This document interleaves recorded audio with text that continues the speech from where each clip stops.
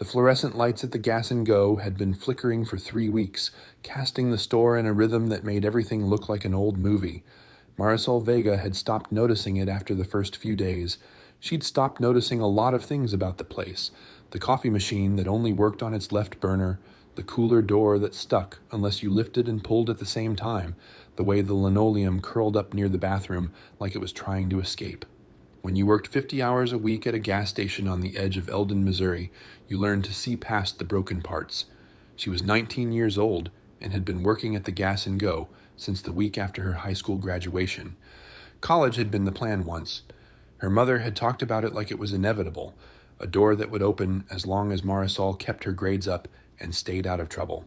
But that was before her mother's diagnosis, before the treatments that insurance only half covered, before Marisol realized that doors didn't open by themselves.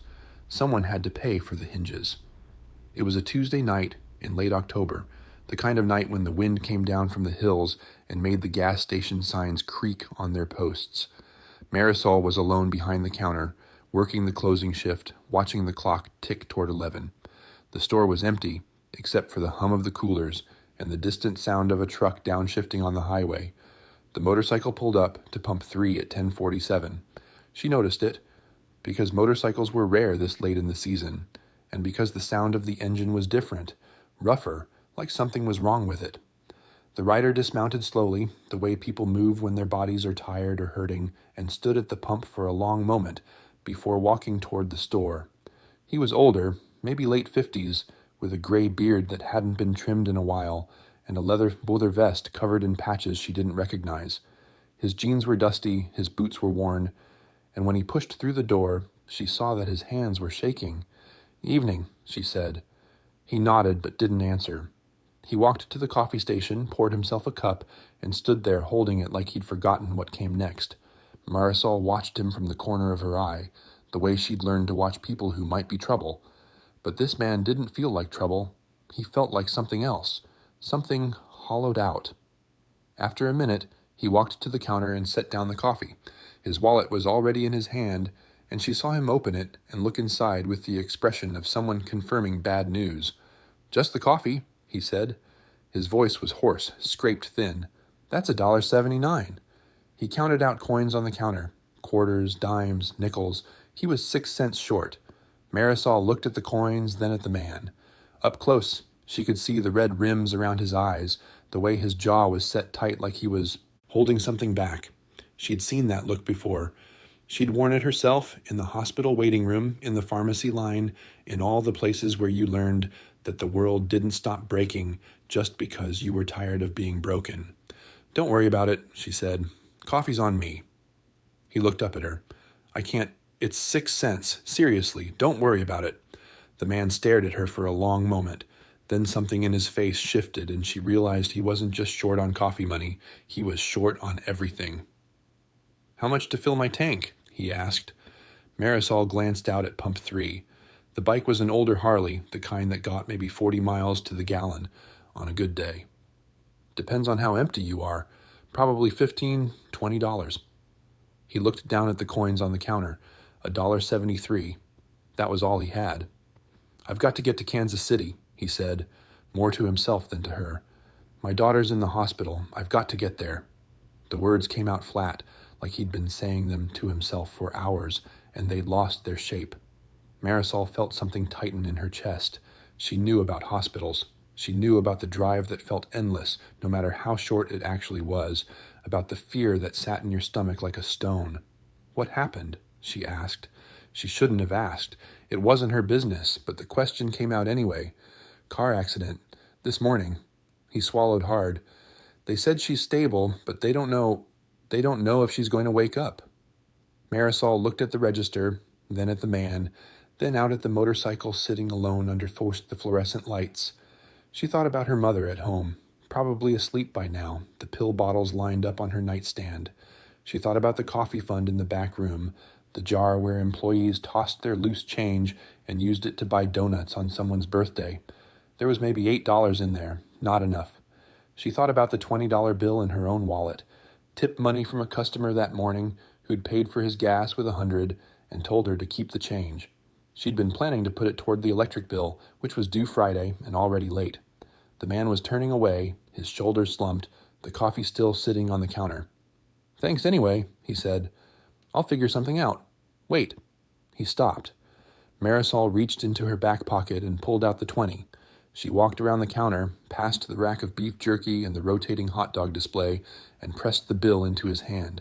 "Pump 3, she said. "Fill it up and take the coffee." He stared at the money like it was something holy. "I can't take this." "You're not taking it. I'm giving it." She folded his fingers around the bill. "Go see your daughter." The man's eyes filled with tears. He didn't wipe them away. He just stood there, holding the $20 and looking at Marisol like she'd handed him something far more valuable than gas money. "What's your name?" he asked. "Marisol." "Marisol." He said it slowly, like he was committing it to memory. "I'm Frank Delano." "Nice to meet you, Frank." He almost smiled. It didn't quite make it to his mouth, but she saw it in his eyes. "I'm going to pay you back," he said. "I don't know how, but I will. Don't worry about it. Just go." Frank Delano filled his tank, climbed back on his motorcycle, and pulled out onto the highway heading north. Marisol watched until his taillight disappeared into the dark, then went back inside to finish her shift. She didn't think about the $20 again. It was gone, and the electric bill would have to wait, and that was just how things work sometimes. You gave what you could and hoped it mattered. She had no idea that Frank Delano was the road captain for the Ozark Knights, a motorcycle club with chapters across 4 states. She had no idea that he would spend the next 48 hours telling everyone he knew about the girl at the Gas and Go who'd emptied her wallet for a stranger. She had no idea that kindness, once given, has a way of coming back bigger than it left. All she knew was that the fluorescent lights were still flickering, and the coffee machine still only worked on the left burner, and her shift ended in 13 minutes. She counted down the time and didn't think about miracles. The call from the hospital came at 6 in the morning, 2 days after Frank Delano rode north into the dark. Marisol was asleep on the couch, still in her work clothes, the television murmuring low in the corner. She'd gotten home at midnight, checked on her mother, and collapsed without bothering to change. The phone rang 4 times before she found it wedged between the cushions. "Miss Vega, this is Miller County Memorial. We need you to come in." The drive took 11 minutes. Marisol made it in 8, running 2 stop signs and a yellow light that was more red than not.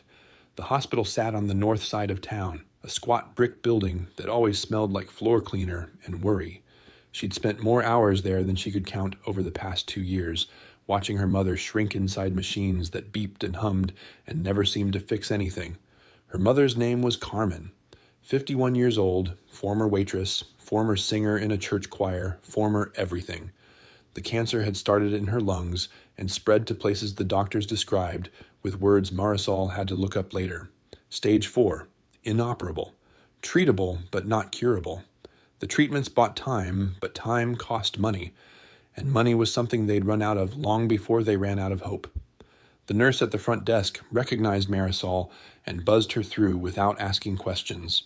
She walked down the corridor she knew by heart, past the vending machines and the chapel and the waiting room, where families sat in plastic chairs and pretended to read magazines. Her mother's room was at the end of the hall, the door half open, the light inside pale and gray. Carmen was awake. That was the first thing Marisol noticed. Her mother's eyes were open, tracking her as she came through the door, and that was enough to make the knot in her chest loosen just slightly. "Mija." Carmen's voice was thin, but it was there. "You look terrible."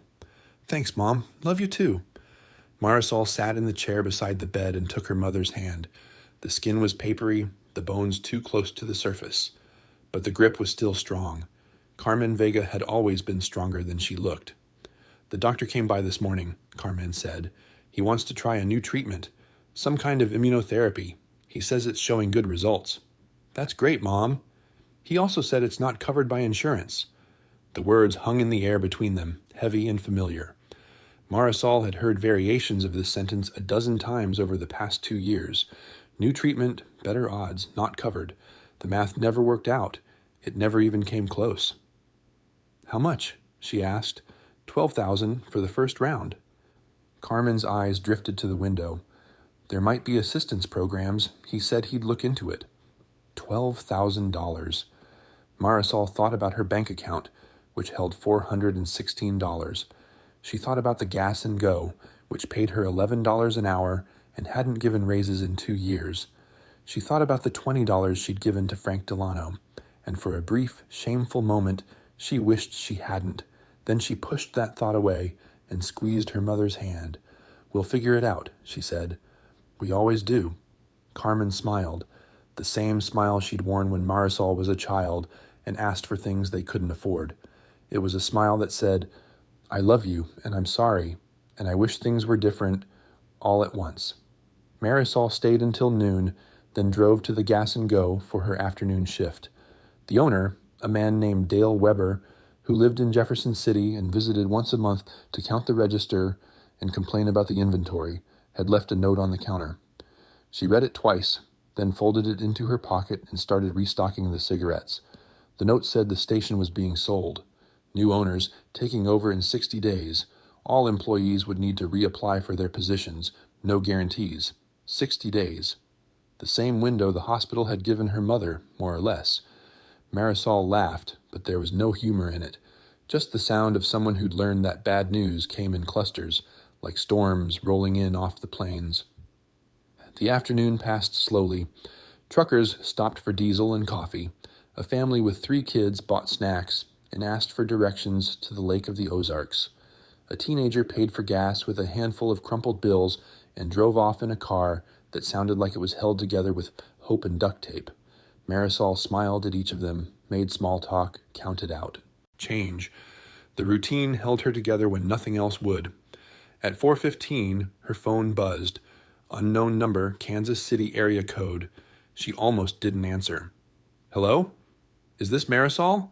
From the Gas and Go in Eldon?" The voice was male, older, with a warmth that didn't match the formality of the question. She frowned. "Who's asking?" "My name's Ray Booker. I'm a friend of Frank Delano's. He asked me to call you." Marisol's hand tightened on the phone. "Is he okay? Did his daughter?" "She woke up yesterday. Doctors say she's going to be fine." There was a pause, and she heard the man take a breath. "Frank wanted me to thank you. What you did for him that night, giving him your own money so he could see her. He hasn't stopped talking about it. None of us have." "It was just $20. "Ma'am, with respect, it wasn't just anything." Ray's voice shifted, becoming more serious. "Frank told us about the station, about the lights flickering and the coffee machine that barely works. He said you looked like someone who was caring a lot and not complaining about it." Another pause. "He also said you were the first person in a long time who treated him like a human being instead of something to be afraid of." Marisol didn't know what to say. She stood behind the counter of the Gas and Go, holding her phone, watching the late afternoon light slant through the windows and catch the dust motes drifting in the air. "Frank wants to pay you back," Ray continued. "But more than that, we want to say thank you, properly. The club's planning to ride down there Thursday afternoon. We'd like to fill up at your station, buy some snacks, let the guys stretch their legs. Nothing fancy, just a way to show our appreciation." "You don't have to do that." "We know we don't have to. That's the point." She could hear the smile in his voice. "See you Thursday, Marisol, around 3 o'clock. He hung up before she could argue. Marisol stared at her phone for a long moment, then set it down and went back to restocking the cigarettes. A few bikers stopping by to say thank you. That was nice. Unexpected, but nice. She had no way of knowing that Ray Booker had already called 6 other chapters.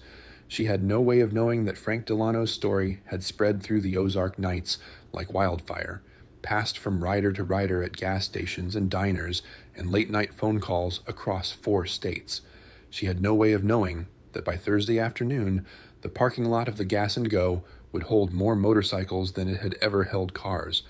All she knew was that Thursday was 2 days away, and between now and then, she had shifts to work and bills to pay and a mother to visit in a hospital room that smelled like floor cleaner and hope. She finished restocking the cigarettes and started on the candy bars, and she didn't think about what was coming. Thursday came in gray and cold, the sky low with clouds that threatened rain but never delivered. Marisol worked the morning shift at the Gas and Go, restocking shelves and cleaning the bathroom and trying not to think about the phone call from Ray Booker. "A few bikers," he'd said. A way to say thank you. She'd told herself not to make a big deal out of it. By 2:30, she'd almost forgotten. The afternoon had been slow, just a handful of customers drifting in for gas and cigarettes, and the kind of small talk that filled the hours without meaning anything. She was wiping down the counter when she heard it. At first, she thought it was thunder, a low rumble in the distance rolling across the flat Missouri farmland like a storm moving in. But the sound didn't fade. It grew, deeper, fuller, until the windows of the Gas and Go began to vibrate, and the candy bars on the rack started to shift. Marisol walked to the door and pushed it open. They came from the south, a river of chrome and leather, flowing up the highway like something out of a dream. She counted 10 bikes, then 20, then stopped counting, because there were too many and they kept coming. They filled the parking lot, then the shoulder of the road, then the empty lot next door, where Old Man Patterson had once sold fireworks before his knees gave out. The sound was enormous, a wall of noise that pressed against her chest and made her heart beat faster. The first rider to dismount was Frank Delano. He looked different than he had that night at the pump. His beard was trimmed, his clothes were clean, and the hollowed-out look in his eyes had been replaced by something warmer. He walked toward her with his helmet under his arm and a grin spreading across his weathered face. Marisol. He said her name like a greeting, and a thank you rolled into one. Told you I'd pay you back. She looked past him at the parking lot, at the sea of motorcycles and leather vests and faces she'd never seen before. This is a few bikers. Word got around. Frank shrugged, but the grin didn't fade. People wanted to come.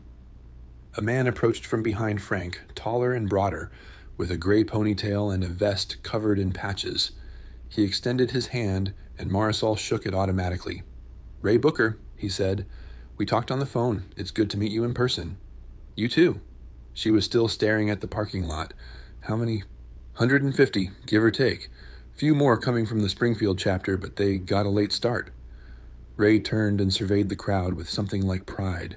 Frank's been telling your story all week. Gas station girl who gave a stranger her last $20 so he could see his daughter in the hospital. People don't forget that kind of thing. It wasn't my last $20.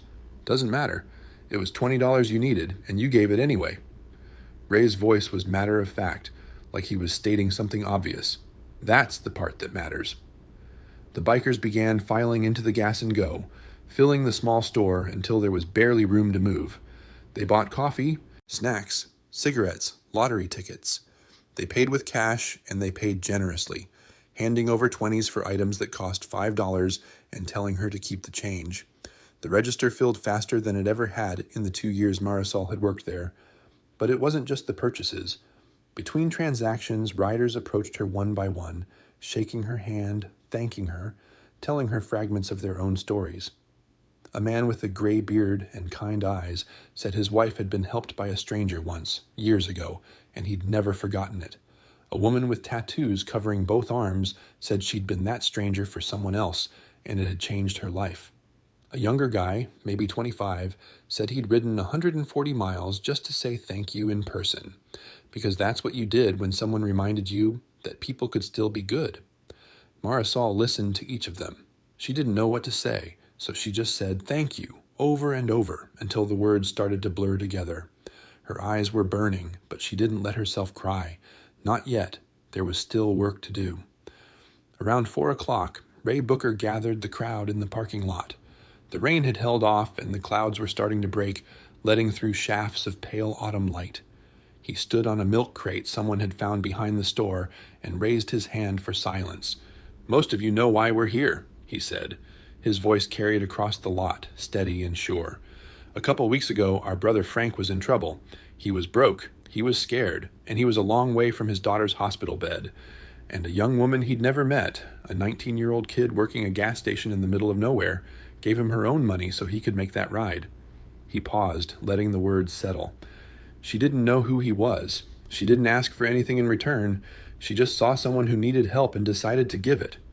Ray looked at Marisol, who was standing near the door of the Gas and Go, with her arms crossed tight against her chest. That's the kind of person we ride for. That's the kind of person who reminds us why we do what we do. A murmur of agreement rippled through the crowd. Ray reached into his vest and pulled out an envelope, thick and white.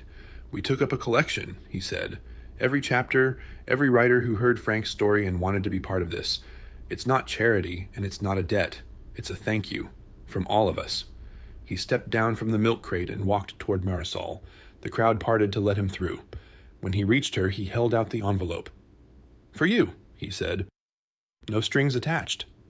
Marisol took the envelope. It was heavier than she expected. She looked at Ray, then at Frank, then at the 150 faces watching her from the parking lot. "I can't." "You can." Frank stepped forward, his voice rough but steady. "I know what it's like to feel like you're drowning and nobody's throwing a rope. You threw me a rope, Marisol. Let us throw one back." She opened the envelope. Inside was a stack of bills, more money than she'd ever held in her hands at once. She didn't count it. Couldn't count it, not with her hands shaking the way they were, but she knew it was more than $20. It was more than $12,000. It was enough. "There's something else," Ray said. He pulled out his phone and showed her the screen. "One of our guys runs a medical supply company in St. Louis.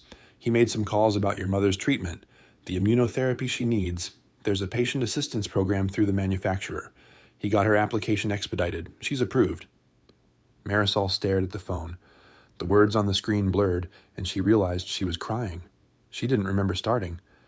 "How did you—" "Frank talks a lot when he's worried," Ray said. "He mentioned your mom was sick. We asked around, found out the details." He shrugged like it was nothing. "That's what we do. We look out for our own." "I'm not one of your own," Ray smiled. "You are now." The crowd began to applaud. It started slow, just a few hands clapping, and then it built, spreading through the parking lot until the sound filled the air and drowned out everything else. Marisol stood in the doorway of the Gas and Go, holding an envelope full of money and a phone showing her mother's future, and she let herself cry. Frank put a hand on her shoulder. He didn't say anything. He didn't need to. The sun broke through the clouds, and for the first time in longer than she could remember, Marisol Vega felt like she could breathe. The bikers stayed until sunset. They filled the parking lot with conversation and laughter, trading stories over gas station coffee and hot dogs from the rotating display that Marisol had never seen empty before. Someone produced a portable grill from the back of a pickup truck, and soon the smell of burgers drifted across the lot, mixing with exhaust fumes and the crisp autumn air. It felt less like a thank you visit and more like a family reunion, for a family Marisol hadn't known she belonged to. She moved through the crowd in a daze, shaking hands and accepting hugs from strangers who didn't feel like strangers anymore. The envelope sat in her back pocket, a weight she kept touching to make sure it was real. She still hadn't counted the money. Part of her was afraid to, as if counting it might break whatever spell had made it appear. Around 6 o'clock, a news van pulled into the lot. A reporter from the station in Jefferson City had heard about the gathering. Someone had posted photos online, and the story had started to spread. The reporter was a young woman with sharp eyes and a microphone, and she moved through the crowd asking questions before finding her way to Marisol. "I'm told you're the reason all these people are here," the reporter said. "Can you tell me what happened?" Marisol looked at the camera, then at the crowd, then back at the reporter. She thought about all the ways she could explain it, the gas station, the $20, Frank's daughter in the hospital, but none of those things felt like the whole truth. "A man needed help," she said finally. "I helped him, that's all." "That's all?" The reporter raised an eyebrow. "There are 150 motorcycles in this parking lot. That seems like more than that's all." "I guess it does." Marisol paused, trying to find the right words. "I think sometimes people want to do good things, but they don't know how. They don't know where to start. And then something small happens.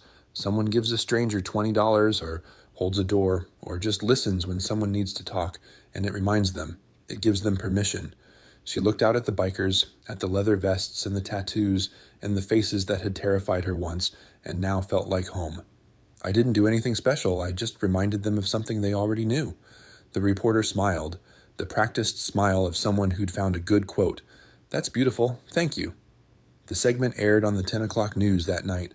By morning, it had been picked up by stations in St. Louis and Kansas City. By the following afternoon, it was on the national wire, and Marisol's phone was ringing with calls from numbers she didn't recognize. She ignored most of them. There were more important things to do. The hospital released Carmen 3 days after the biker's visit. The new treatment wouldn't start for another 2 weeks. There were tests to run, protocols to follow, but the doctors were optimistic. The immunotherapy had shown remarkable results in patients with similar diagnoses. It wasn't a guarantee, but it was a chance, a real chance. Marisol drove her mother home on a Sunday morning, the roads empty and the sky a pale, washed-out blue. Carmen sat in the passenger seat with a blanket across her lap, watching the familiar landscape roll past. "Tell me about the bikers again," she said. Marisol had told the story 3 times already, but she told it again. The rumble of engines, the crowded parking lot, Frank's hand on her shoulder, the envelope, which she'd finally counted the night before, $14,600, enough to cover the treatment costs that insurance wouldn't touch, with money left over for the electric bill and the rent and the grocery runs that had been getting smaller and smaller. "And they did all this because you gave a man $20, Carmen said. It wasn't a question. That's what they said. Carmen was quiet for a moment. Then she reached over and took Marisol's hand, the same way Marisol had taken hers in the hospital room. "Your father would have been proud," she said. Marisol's father had died when she was 11, a construction accident, quick and senseless. She barely remembered him some days, just fragments, a laugh, a smell, the feeling of being lifted onto his shoulders at a county fair. But her mother had kept him alive through stories, through photographs, through the quiet way she'd raised Marisol to believe that kindness mattered, even when it cost you something. "I know," Marisol said. "I think about him sometimes, when I'm deciding what to do. He was like that too. Gave away more than we could afford, half the time." Carmen smiled, her eyes distant. "I used to get so mad at him.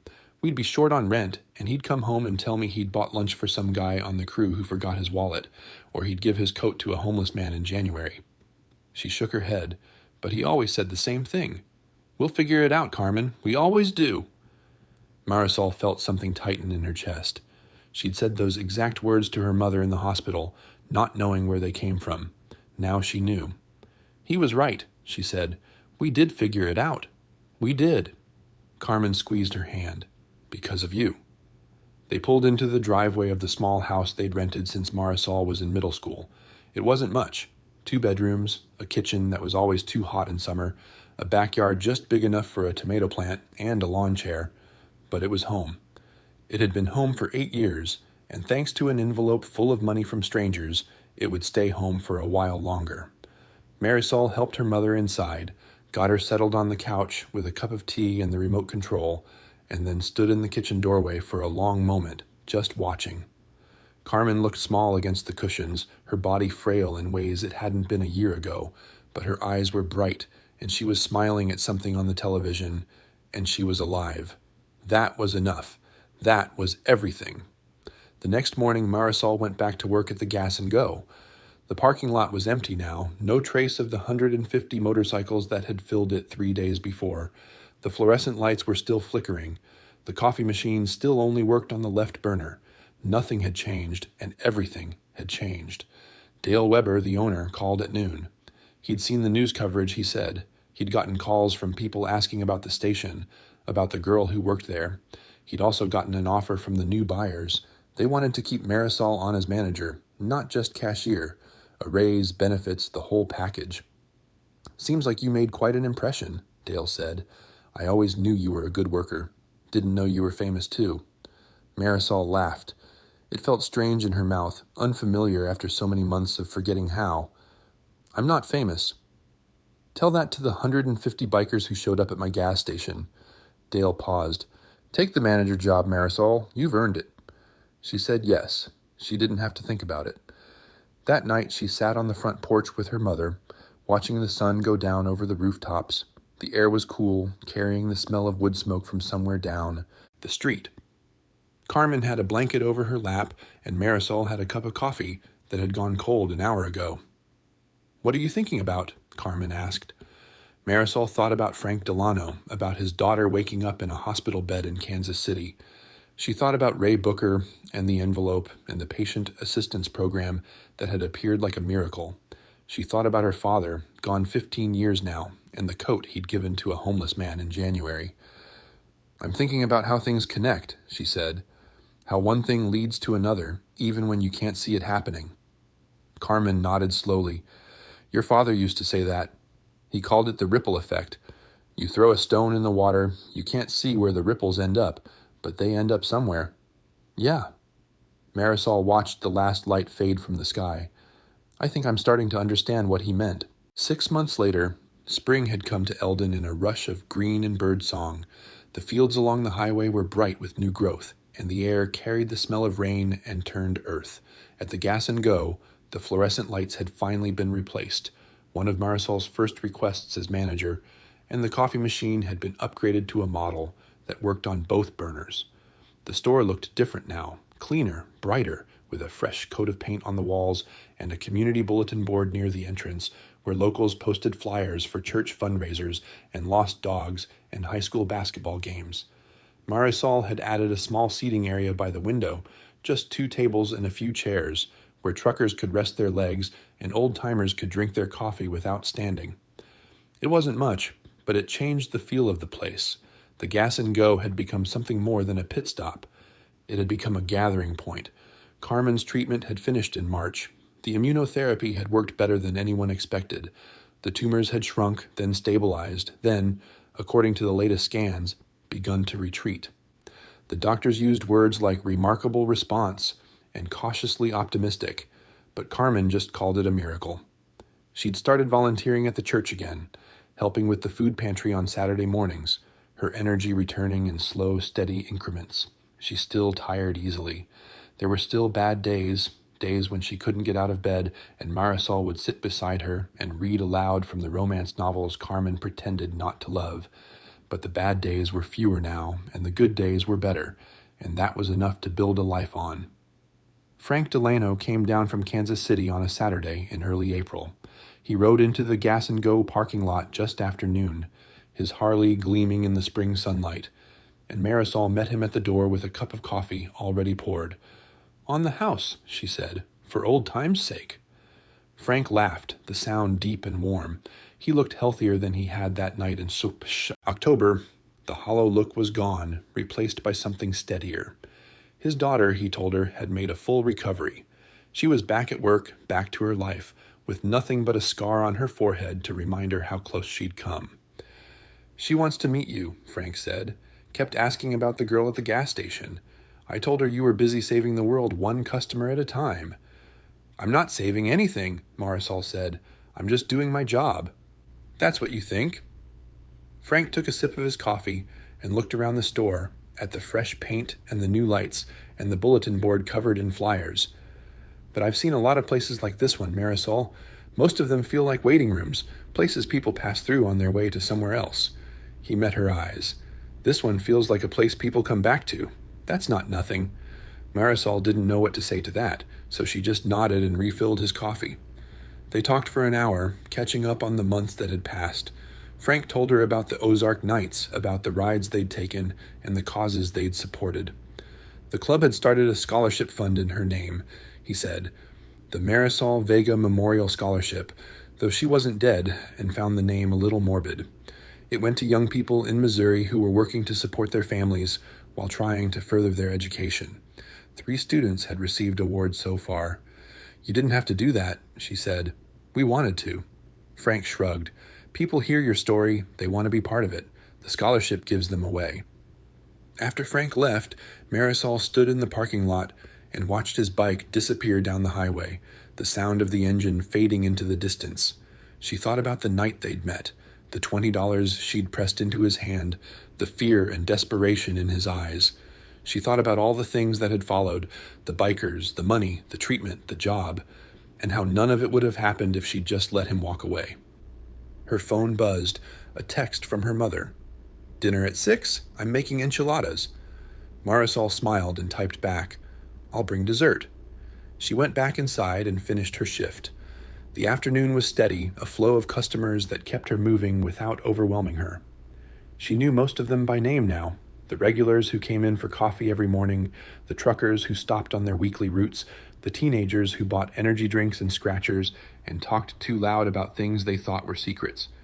At 5:30, she locked up the register and handed the keys to the evening shift kid, a high school junior named Marcus, who reminded her of herself a few years ago.